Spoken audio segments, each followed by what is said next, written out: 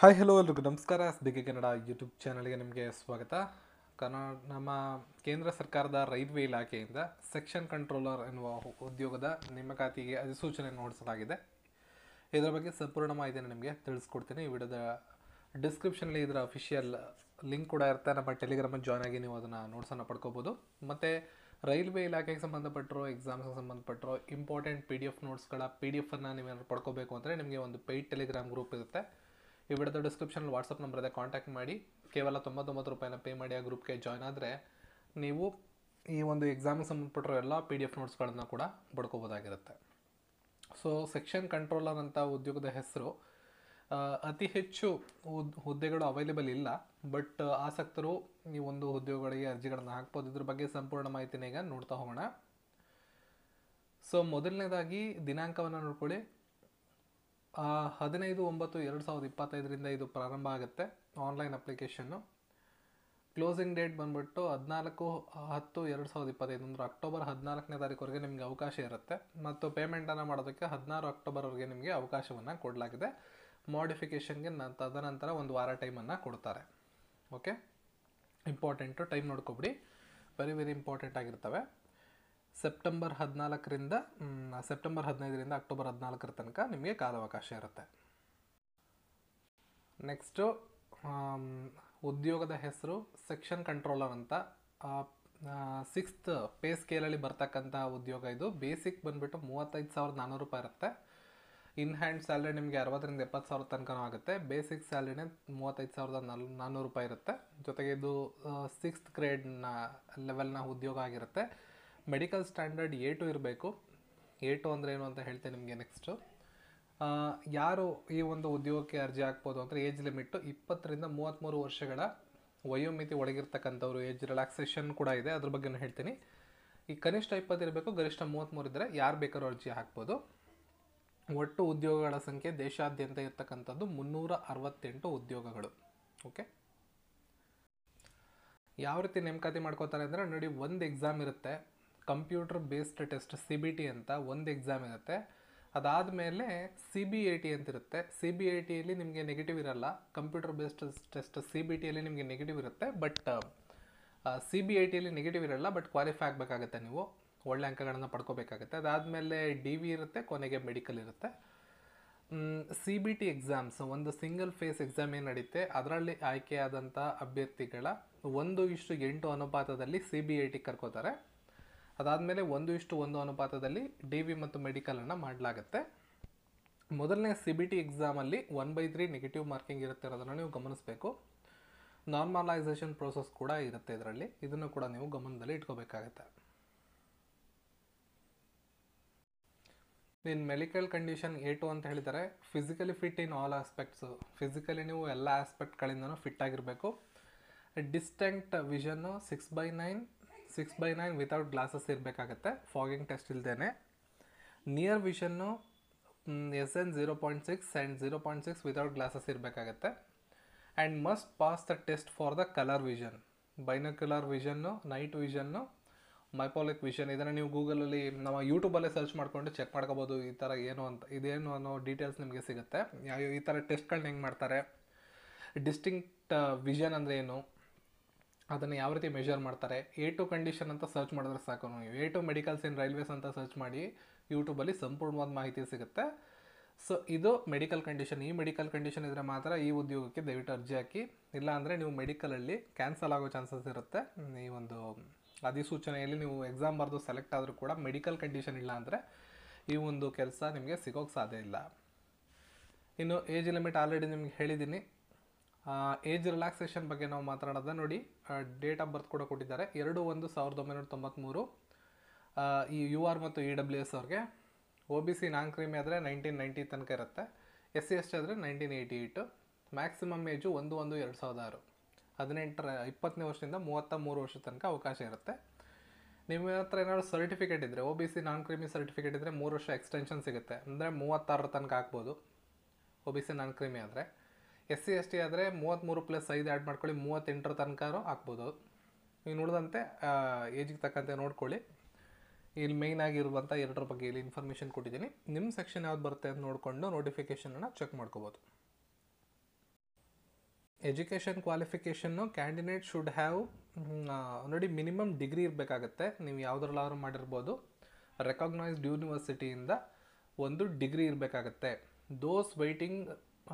Those awaiting results of the final examination should not apply. ಯಾರು ನೀವು final year semester ಎಕ್ಸಾಮ್ನ ರಿಸಲ್ಟ್ಗೆ wait ಮಾಡ್ತಿರ್ತೀರ ಅವರು ಅಪ್ಲೈ ಮಾಡಿಬಿಡಿ ಅಂತ ಹೇಳಿದ್ದಾರೆ. ನಿಮ್ಮ ಹತ್ರ ಒಂದು ಡಿಗ್ರಿ ಇದೆ, ಡಿಗ್ರಿ ಪಾಸ್ ಆಗಿದೆ ಅಂದರೆ ನೀವು ಈ ಉದ್ಯೋಗಕ್ಕೆ ಅರ್ಜಿಯನ್ನು ಹಾಕ್ಬೋದು. ಎಲ್ಲ ಕ್ಯಾಂಡಿಡೇಟ್ಸ್ಗಳಿಗೂ 500 ರೂಪಾಯಿಗಳ ಅರ್ಜಿ ಶುಲ್ಕ ಇರುತ್ತೆ. ಇದರಲ್ಲಿ ನೀವು ಎಕ್ಸಾಮ್ ಅಟೆಂಡ್ ಮಾಡಿದ್ರೆ 400 ರೂಪಾಯಿಗಳು ರಿಫಂಡ್ ಆಗುತ್ತೆ. ಫೀಮೇಲ್ಸ್ಗೆ, SC/ST ಅವ್ರಿಗೆ, ಟ್ರಾನ್ಸ್ಜೆಂಡರ್ ಅವ್ರಿಗೆ, ಎಕ್ಸ್ ಸರ್ವಿಸ್ ಮೆನ್ಗೆ 250 ರೂಪಾಯಿಗಳ ಅರ್ಜಿ ಶುಲ್ಕ ಇರುತ್ತೆ. 250 ರೂಪಾಯಿ ಕೂಡ CBT ಇವಾಗಿನ ಎಕ್ಸಾಮ್ ಬರೆದ ಮೇಲೆ ರಿಫಂಡ್ ಆಗುತ್ತೆ. ನೀವೇನಾದ್ರು ರಿಸರ್ವೇಷನ್ ಸರ್ಟಿಫಿಕೇಟ್ ಮಾಡಿಸ್ಕೊಂಡಾಗ SC/ST OBC ಸರ್ಟಿಫಿಕೇಟ್ ಮಾಡಿಸ್ಕೊಂಡಾಗ ಅದಕ್ಕೆ ಫಾರ್ಮ್ಯಾಟ್ ಕೊಟ್ಟಿದ್ದಾರೆ. ಈ ನೋಟಿಫಿಕೇಷನ್ ಕೊನೆಯಲ್ಲಿದೆ ಆ format. Annex 1 for SC/ST candidates ಆದರೆ, OBC non creamy layer candidates ಅಂತ ಹೇಳಿದ್ರೆ Annex 2 ಮತ್ತು EWS ಆದರೆ Annex 3. ಈ ಫಾರ್ಮ್ಯಾಟ್ಗಳನ್ನು ನೋಡಿಕೊಂಡು ಅದನ್ನು ಅದೇ ಫಾರ್ಮ್ಯಾಟಲ್ಲಿ ನೀವು ಸಬ್ಮಿಟ್ ಮಾಡಬೇಕಾಗುತ್ತೆ ನಿಮ್ಮ ನೇಮಕಾತಿ ಆಗುವಂಥ ಸಂದರ್ಭದಲ್ಲಿ.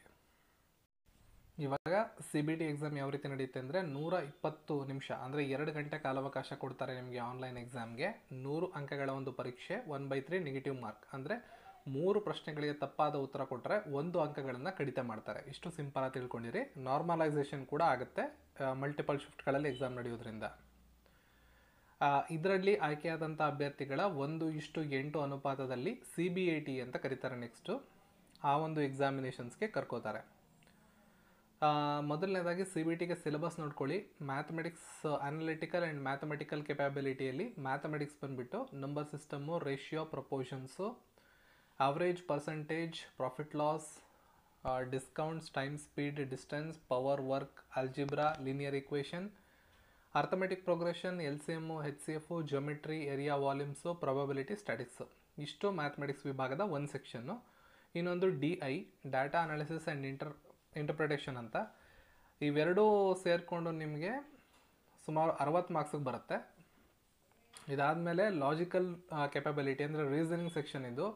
ಇದರಲ್ಲೂ ಕೂಡ 2 ಸೆಕ್ಷನ್ ಇರುತ್ತೆ. ಲಾಜಿಕಲ್ ರೀಸನಿಂಗು, ರೀಡಿಂಗ್ ಕಾಂಪರೆನ್ಷನ್, ಇದು ಕೂಡ 20 ಅಂಕಗಳಿಗೆ ಇರ್ತದೆ. ಇನ್ನು ಮೂರನೇದು ಮೆಂಟಲ್ ರೀಸನಿಂಗ್ ಅಂತ, ಇದು ಕೂಡ 20 ಅಂಕಗಳಿಗೆ ಇರುತ್ತೆ. ಇಲ್ಲಿ ನೋಡಿ ಮಾರ್ಕ್ಸ್ ಡಿಸ್ಟ್ರಿಬ್ಯೂಷನು. ಒಟ್ಟು 2 ಗಂಟೆ ಕಾಲಾವಕಾಶ. ಮ್ಯಾಥಮೆಟಿಕ್ಸ್ ವಿಭಾಗ 60 ಅಂಕ, ಲಾಜಿಕಲ್ ಕೆಪಾಬಿಲಿಟಿ 20 ಅಂಕ, ಮೆಂಟಲ್ ರೀಸನಿಂಗು 20 ಅಂಕ. ಇಲ್ಲಿ GS ಇರೋದಿಲ್ಲ ಮತ್ತು GKನೂ ಇರೋದಿಲ್ಲ. ಡೈರೆಕ್ಟ್ ನಿಮಗೆ ಮ್ಯಾಥ್ಸು, ರೀಸನಿಂಗ್ಗೆ 2 ಮೇಯ್ನಾಗಿ ಇರ್ತವೆ. 100 ಪ್ರಶ್ನೆಗಳು ಒಟ್ಟಿಗಿರುತ್ತೆ. 2 ಗಂಟೆ ಕಾಲಾವಕಾಶ ಇರುತ್ತೆ. 1/3 ನೆಗೆಟಿವ್ ಮಾರ್ಕಿಂಗ್ ಇರುತ್ತೆ. ಓಕೆ, ಮಿನಿಮಮ್ ಪಾಸಿಂಗ್ ಮಾರ್ಕ್ಸ್ ಎಷ್ಟು? UR ಕ್ಯಾಟಗರಿಯಲ್ಲಿ ನೀವು ಅಪ್ಲೈ ಮಾಡಿದ್ರೆ 40% ಅಂದರೆ 100ರಲ್ಲಿ 40 ಅಂಕ ಪಡ್ಕೊಂಡ್ರೆ ಮಾತ್ರ ನೀವು ಕನ್ಸಿಡರ್ ಮಾಡ್ತಾರೆ. ಅಂದರೆ ನಿಮ್ಗೆ ಅದ ತಕ್ಷಣ ನಿಮ್ಮನ್ನ ಕ್ವಾಲಿಫೈ ಆಗ್ತೀರಾ ಅಂತಲ್ಲ, ಕಟ್ ಆಫ್ ಮಾರ್ಕ್ಸ್ ಬಂದರೆ ಮಾತ್ರ ಸೆಲೆಕ್ಷನ್ ಆಗೋದು. ಕ್ವಾಲಿಫೈ ಆಗಬೇಕು ಅಂತ ಹೇಳಿದ್ರೆ ಮಿನಿಮಮ್ 40% ಇರಬೇಕು. OBC ಆದರೆ 30%, SC ಆದರೆ 30%, ST ಆದರೆ 25%. ಇಷ್ಟನ್ನು ನೋಡ್ಕೊಂಡಿರಿ.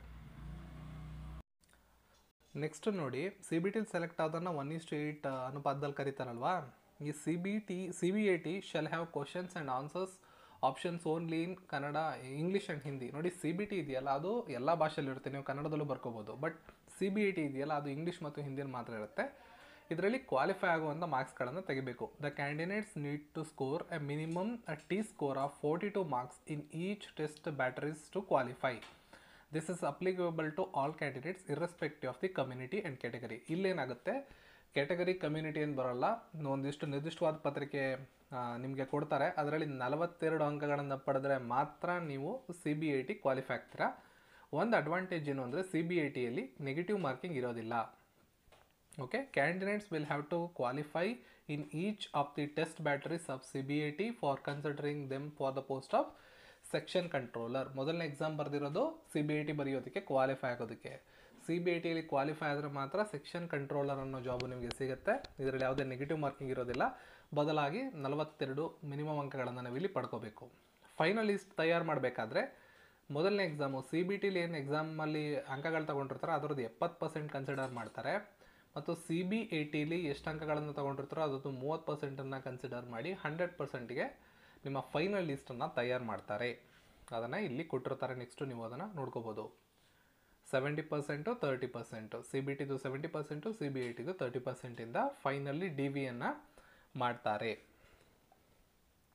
ಸೊ ಇದೇ ಮೊದಲನೇ ಬಾರಿಗೆ ರೈಲ್ವೆ ಇಲಾಖೆ ಅಪ್ಲೈ ಮಾಡ್ತಿದ್ರೆ ಯಾವ ರೀತಿ ಅಪ್ಲೈ ಮಾಡಬೇಕು ಅನ್ನೋದ್ರ ಬಗ್ಗೆ ಸಂಪೂರ್ಣ ಮಾಹಿತಿಯನ್ನು ನೋಟಿಫಿಕೇಷನಲ್ಲಿ ಕೊಟ್ಟಿದ್ದಾರೆ.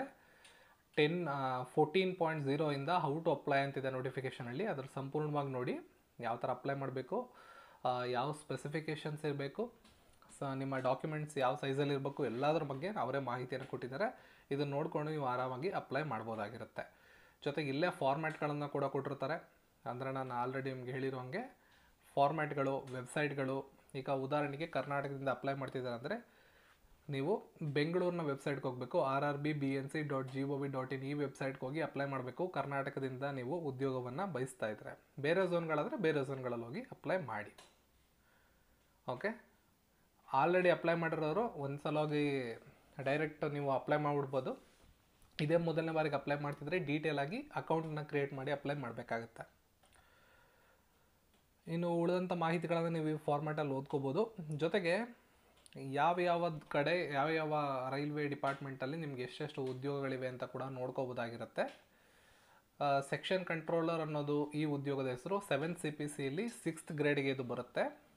35,400 ರೂಪಾಯಿ ಇದರ ಪೇ ಸ್ಕೇಲ್ ಇರುತ್ತೆ. ಬೇಸಿಕ್ ಸ್ಯಾಲ್ರಿನ ಹೇಳ್ತದ್ದು. ಇದಾದಮೇಲೆ graduate degree from recognised university ಆಗಿರ್ತಕ್ಕಂಥ ಯಾರು ಬೇಕಾದ್ರೂ ಇದಕ್ಕೆ ಅಪ್ಲೈ ಮಾಡ್ಬೋದು. ಇನ್ನು ಡಿಸ್ಟ್ರಿಬ್ಯೂಷನ್ ನಿಮಗೆ ತೋರಿಸ್ಬಿಡ್ತೀನಿ. ನಾನು ಕರ್ನಾಟಕದಿಂದ ಬೆಂಗಳೂರು ಈ ವಿಭಾಗದ ಮಾತ್ರ ನಿಮಗೆ ತೋರಿಸ್ತೀನಿ. SWR, WCR ಇಲ್ಲಿ ನೋಡ್ಕೋಬೋದು. SWR ಮೇಯ್ನಾಗಿ 11 URಗೆ, 3 SC/STಗೆ, 3 ಮತ್ತು 2 SC/STಗೆ, 5 OBC ಅವರಿಗೆ, EWS ಅವರಿಗೆ 3, ಟೋಟಲ್ 24 ಪೋಸ್ಟ್ ಇದೆ. ಹಾಗೂ WCRಲ್ಲಿ 3 ಪೋಸ್ಟ್, ಒಟ್ಟು 27 ಪೋಸ್ಟು ನಮ್ಮ ಕರ್ನಾಟಕದಲ್ಲಿ ಅವೈಲೇಬಲ್ ಇದೆ 368ರಲ್ಲಿ. ಯಾರಿಗಾರು ಆಸಕ್ತಿ ಇದೆ ದಯವಿಟ್ಟು ಅಪ್ಲೈ ಮಾಡಿ. ಸೀರಿಯಸ್ ಕ್ಯಾಂಡಿಡೇಟ್ಸ್ಗಳು ಮಾತ್ರ ಅಪ್ಲೈ ಮಾಡಿ. ಇದೊಂದು ಒಳ್ಳೆ ಪೋಸ್ಟ್ ಆಗಿರುತ್ತೆ. ಜೊತೆಗೆ ಹೈ ಸ್ಯಾಲರಿ ಪೋಸ್ಟ್ ಆಗಿರೋದ್ರಿಂದ ಆಸಕ್ತ ಅಭ್ಯರ್ಥಿಗಳು, ರೈಲ್ವೆ ಡಿಪಾರ್ಟ್ಮೆಂಟ್ನ ಬಯಸುವಂಥ ಅಭ್ಯರ್ಥಿಗಳು, ಈ ಕೆಲಸವನ್ನು ಮಾಡೋಕ್ಕೆ ಇಚ್ಛೆ ಪಡುವಂಥ ಅಭ್ಯರ್ಥಿಗಳು ದಯವಿಟ್ಟು ಅಪ್ಲೈ ಮಾಡಿ. ಜೊತೆಗೆ ಇದನ್ನು ಅಪ್ಲೈ ಮಾಡೋದಕ್ಕೂ ಮುಂಚೆ ಸೆಕ್ಷನ್ ಕಂಟ್ರೋಲರ್ ಅಂದರೆ ಏನು ಅಂತ ಯೂಟ್ಯೂಬಲ್ಲಿ ದಯವಿಟ್ಟು ಸರ್ಚ್ ಮಾಡಿ ಆ ಜಾಬ್ ಪ್ರೊಫೈಲ್ನ ನೋಡಿ ನೀವು ಆ ಕೆಲಸವನ್ನು ಮಾಡಬಲ್ಲಿರಿ ಅಂತ ಅನಿಸಿದಾಗ ಮಾತ್ರ ದಯವಿಟ್ಟು ಅಪ್ಲೈ ಮಾಡಿ ಅಂತ ಹೇಳ್ತೀನಿ. ಇನ್ನಷ್ಟು ಹೆಚ್ಚಿನ ಮಾಹಿತಿಗೆ ನಮ್ಮ ಯೂಟ್ಯೂಬ್ ಚಾನಲ್ನ ಫಾಲೋ ಮಾಡ್ತೀರಿ. ಇದರ ಕುರಿತು ಇನ್ನಷ್ಟು ವೀಡಿಯೋಗಳನ್ನು ನಾನು ತರ್ತಾ ಇರ್ತೀನಿ. ಸಿಗೋಣ ಮತ್ತು ವಿಡಿಯೋ ಅಂತ ಎಲ್ಲರಿಗೂ ಧನ್ಯವಾದಗಳು.